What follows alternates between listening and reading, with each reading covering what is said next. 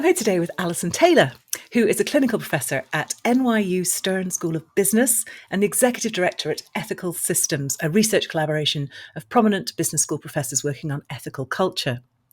She's spent decades advising large multinationals on risk, corruption, sustainability, and organizational culture, and she's the author of Higher Ground: How Businesses Can Do the Right Thing in a Turbulent World, which is, may I say, Alison, a great title.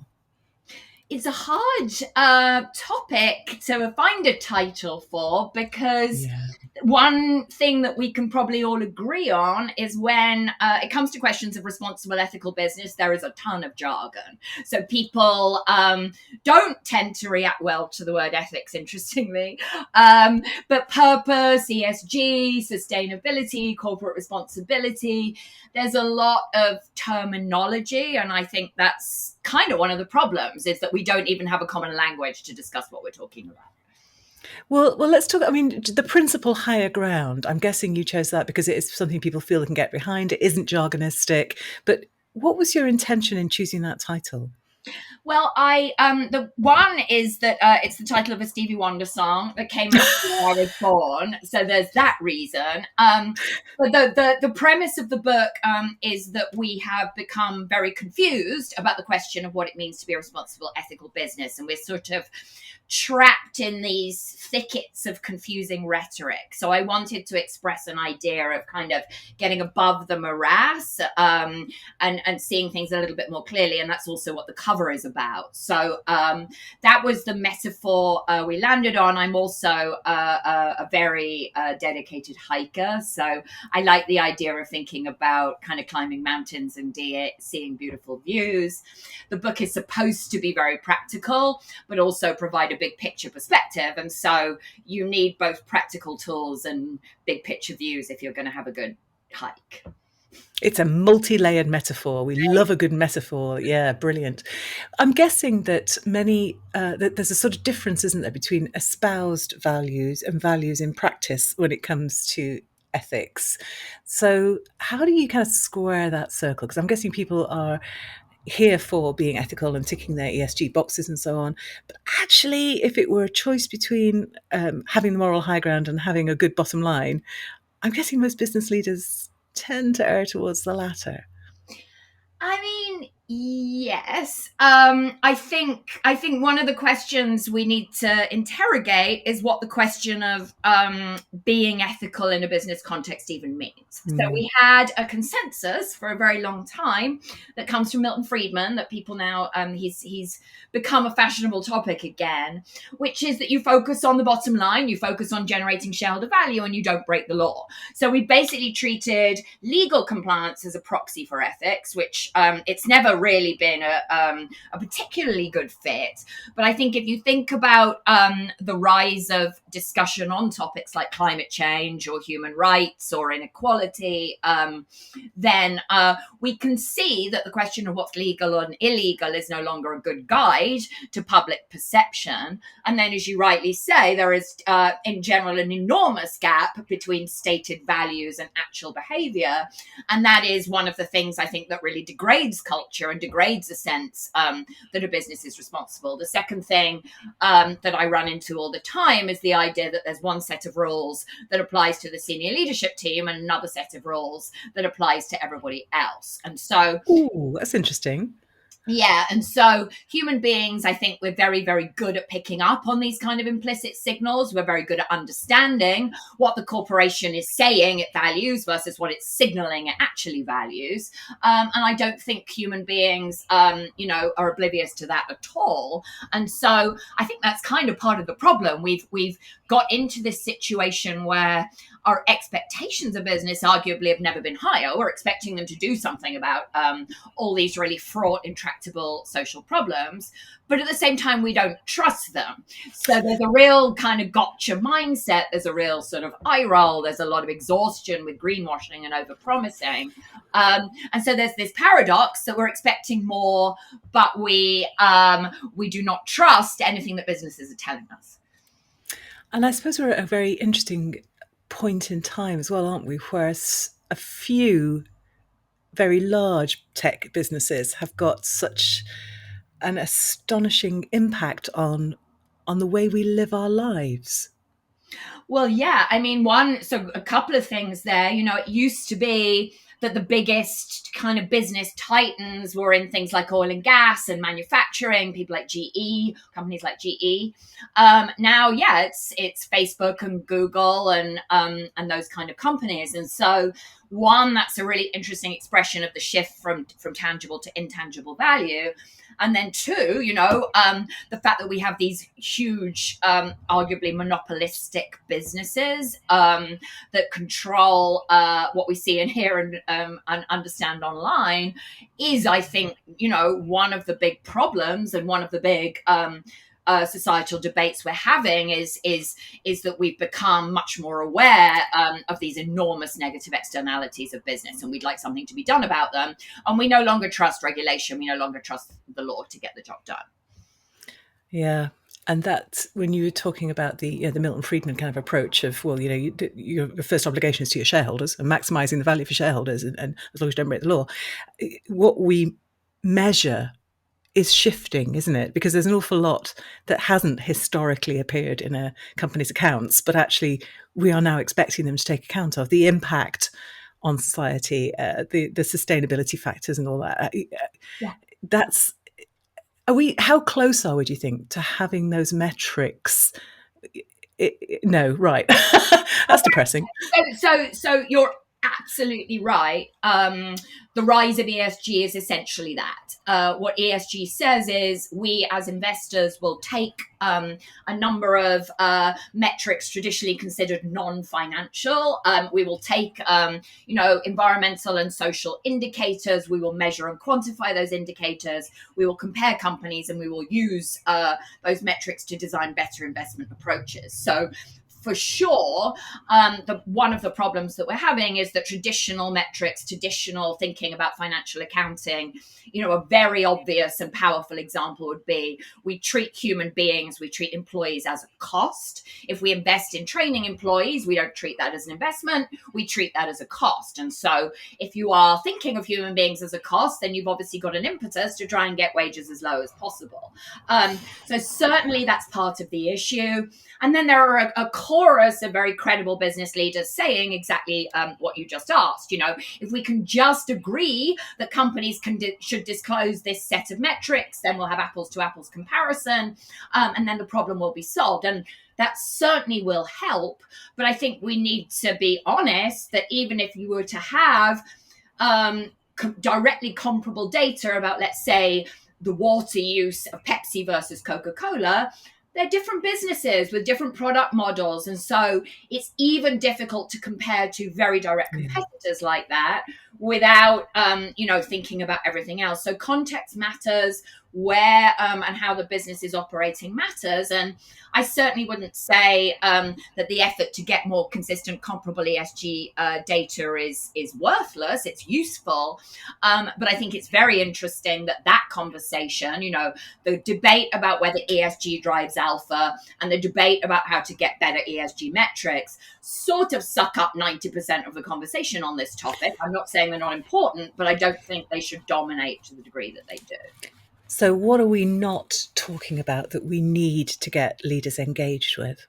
I think we need to talk about the moral and ethical questions. I think whether it's ESG or purpose or ethics or any of these conversations, what we're really having is a debate about what we would like the role of business in society to be.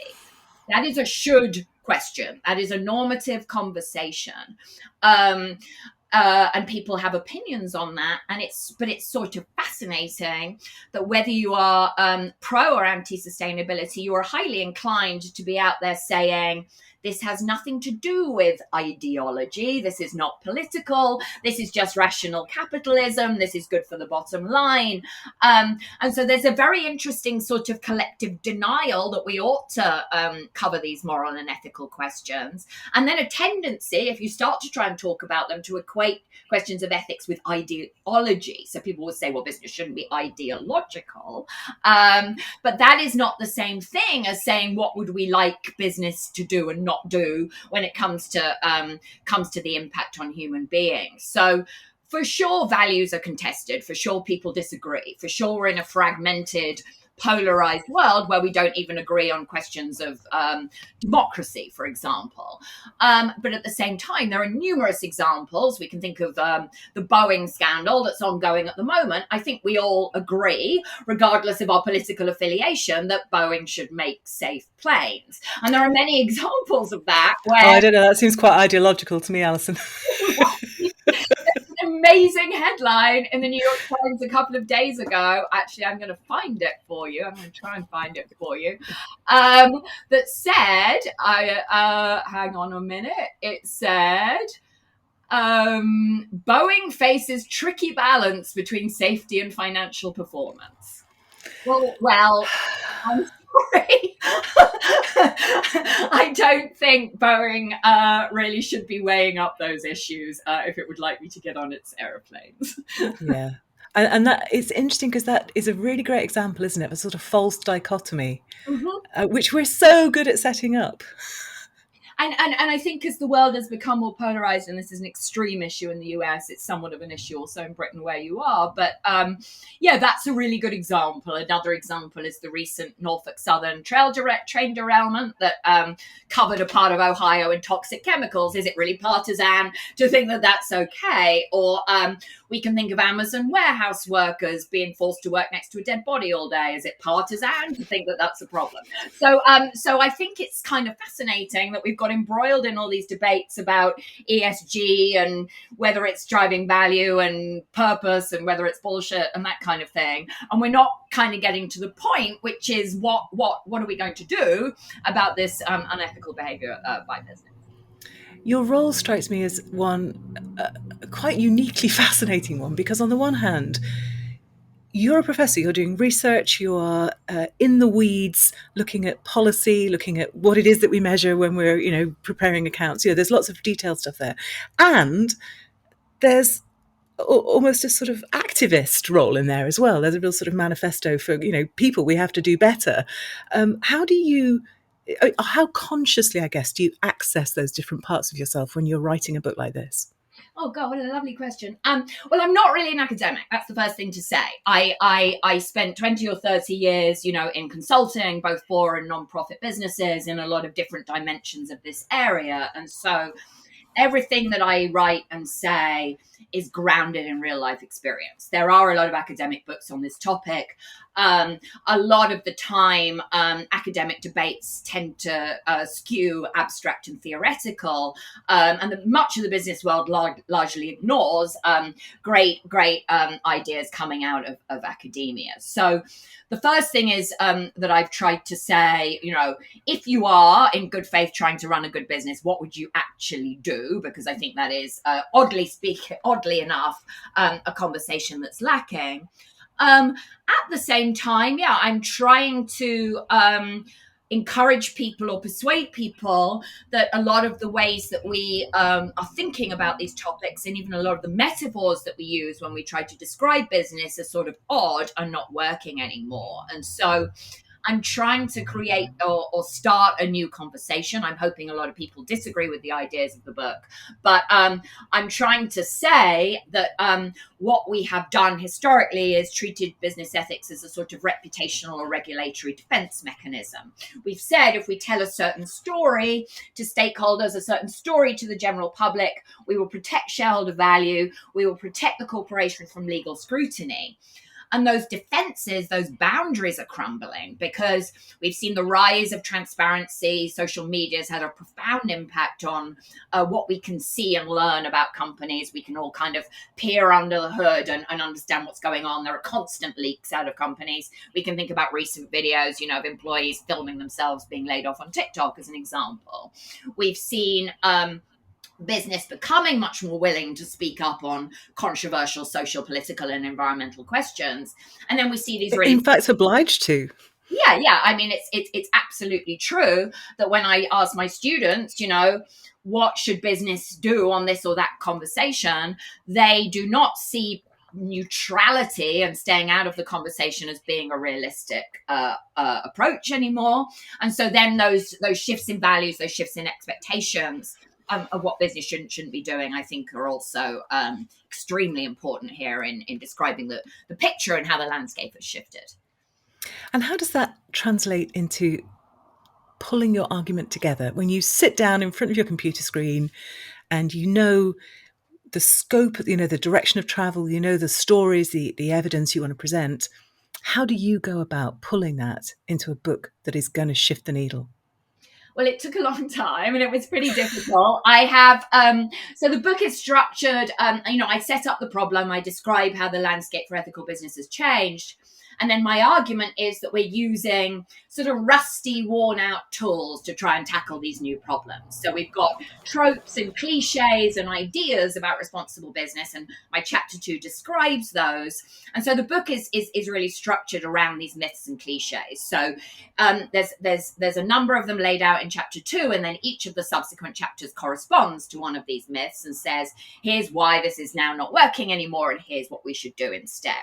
And so I spend the second part of the book talking about business's role in society, so what it should do, about questions of environmental and social risks, stakeholder trust, transparency pressures, pressures to become involved in politics, that kind of thing.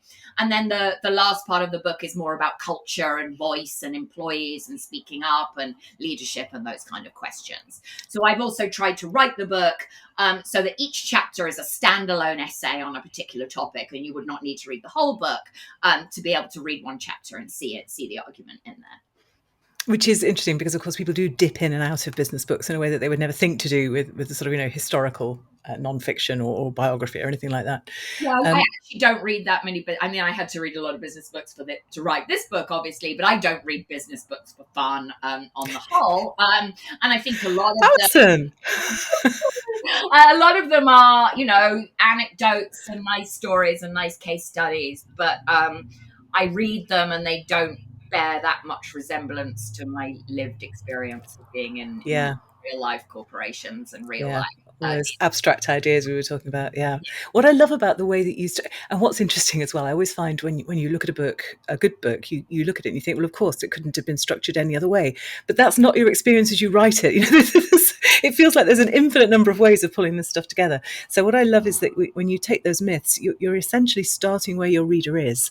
You're saying, you know, here's what we've believed, here's why it's wrong, and that's a really helpful way into a topic, I think, if you're trying to shift people's perceptions. Yeah, and I tried to do it that way, and my hope is, as people read the book, they'll see a lot of these myths, and be like, well, what's wrong with that? That's right. Yeah, And we've so always said that. exactly. So I'm trying to kind of be counterintuitive there. And then the other really important thing here, I think, which is where we started the conversation, is there's so much confounding jargon in this space. Yes. And one of the reasons I've tried to write this book is I spent a lot of time working in more kind of ethics, compliance, risk, investigations, fraud, corruption problems, where there's a certain type of legalistic jargon and frameworks and thinking. And then I moved into sustainability, where there are very different ideas about what it takes to be an ethical business. And that in itself is fascinating. That we've got these two very different, disparate, somewhat opposing ideas of what we need to do to drive change. And sort of fascinating, we're treating those as separate functions that don't have anything to do with each other. And actually, they are paradigms, aren't they? One's based on compliance, and as long as you tick, tick, tick, tick, then you're fine. And the other one is based on making a difference. It's based on something active. It's really interesting. Exactly. And what you said about metaphor, I thought was really interesting as well, because when you have a metaphor in use, you stop seeing it, and actually, you don't realize how it is constraining your thinking. Exactly. And so our metaphor for a company, I mean, one, we personify companies. We talk about what they think and do and dream and feel. We talk about whether they're hypocrites or not. We talk about whether they're good or bad, as if they're people with a singular brain. And that comes from the assumption, back to Friedman, that a business is a sort of self-interested, profit-maximizing black box that doesn't need to pay any attention to the external context, and can just move through life, providing this, driving this kind of singular goal. People sometimes say, if a business was a person, they'd be a psychopath. And so That's super interesting, and it has all sorts of implications. So then when we're talking about stakeholder pressures, what we're really implying is these stakeholder perceptions might undermine corporate value. So we need to defend the corporation from these perceptions. And then that tendency to talk about a business as if it's got a singular brain means we can't really solve a lot of these problems, because let's take the example of a business being a hypocrite. Well, a business is a hypocrite because it hasn't got alignment between its government relations team, its HR team, its sustainability team, its ethics and compliance team, and its senior leadership team. It's very, very common, for example, for businesses to be out there yodeling about all their wonderful climate change commitments while their government relations team down the hall is lobbying against a carbon tax or lobbying against meaningful climate action. So that's certainly hypocrisy, but that's an internal systems. If we understand that an organization is a social system that sits within other social, environmental, and political systems, then it's a little bit easier to see the problem and a little bit easier to deal with it. And if you So easy to fix it, yeah. Yeah, and if you understand that an organization is a social system, then you can think about the role of employees in a little bit more of a clear way, and you can start to explore. A company is an actor in our wider systems. That doesn't imply it can cut itself off from wider societal trends. If racism is an issue in society, racism will be an issue within companies. At the same time, it also does not imply that a corporation can take on and solve all of our societal challenges. You hear a lot of, well, business is the only entity with the reach and scale to solve climate change today. And I think that rhetoric, that idea that what we really need is business to step up and solve all these problems, is also wildly unrealistic, and has the often unintended impact of undermining the political process. So I think we also need to think in a clearer way about what is the role of the corporation in these wider systems, and consider that, which is very, very difficult to do if we're thinking about it as a singular self-interested act. Yeah. And of course, until you highlight that, until you say, look, the consequence of us thinking about it in this way is X, Y, and Z, and if we were to think about it in this way, we would see more possibilities. For me, that is one of the most foundational privileges and obligations of somebody writing a business book, because it helps you see things that you thought you knew about in a different way, and that makes new things possible, which is really exciting. I'm going to ask you for your best tip, if you like. So for somebody who has a really strong idea, who's passionate about what it is they want to communicate, but perhaps they are right at the start of that process of pulling it all together into a book, what would you tell them? For a writer, or you mean yes, for somebody wanting to write a book that moves but helps people see things differently? To me, I mean, this is such a good question. To me, the challenge I ran into over and over again, which I think would be the challenge faced by anyone that has deep knowledge of a subject and wants to write a book about it, is, and it sounds like such a basic question, but what's obvious and what do you need to explain? So suppose a friend of mine at the moment is writing a book about the history of Western business in Russia. It's going to be amazing. And so, I have this conversation with him, like, are you assuming that your readers know who all the big oligarchs are, that know all this history, or do you need to explain it? And so it's like that with me. Do I need to spend time exploring the background and history of compliance and describing that, or can I assume that the reader will be familiar with that? And so I think you need to have an idea about who's reading the book, but it's very, very difficult, I think, with the best will in the world, to if you're very deep in a world, to kind of take a step back and to try and describe it in a compelling way without either being too obvious or being too obscure. So that was not the only challenge I faced writing this book. I mean, writing a book's painful and isolating and emotionally draining, but very fulfilling. But that's probably the biggest challenge I ran into. And how did you meet that challenge? Oh, many, many drafts and much walking in the woods and many critical readers from different disciplines. And a lot of the time, I did two things. I road tested my ideas in the classroom. So I thought about my brilliant MBA Stern students. I thought about the questions they ask. I thought about the ideas they're familiar with and what I would need to explain them. to them. The second thing I did, and this really sort of took off during writing the book, is I have a really nice network on LinkedIn. So very often what I would do at the beginning of the day, I'd put out some article or put out some idea, or I'd ask people what they thought. And by the end of the day, I'd often have 80 comments and new ideas and new takes. So I sort of crowdsourced as well. I'd be thinking about, transparency is this real dilemma. And I'd be like, I wonder what people think.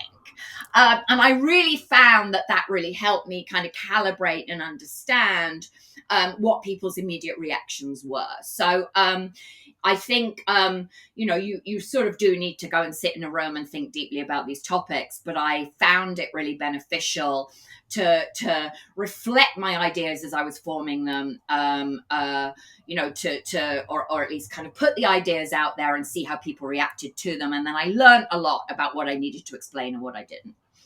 Brilliant answer. I love that idea about just having that conversation in public on LinkedIn, just getting Yeah. clearer in your yes. And of course, as you are forcing yourself to articulate things, that's moving your own thinking forward as well, isn't it? So win, Right. win, win, win, win. Yeah, brilliant. And Alison, I always ask my guests to recommend a book as well. It doesn't have to be a business book, but what book would you love to put under the noses of anybody listening and tell them, read this? I mean, if it's an absolute classic, but if people have not read Moral Mazes, it's written in the 80s. It's a sort of anthropological discussion of leaders and managers in business in America. It's got incredible quote. It's such a page turner. I mean, it transformed how I think about business ethics and think about these questions and thought about how to describe these problems.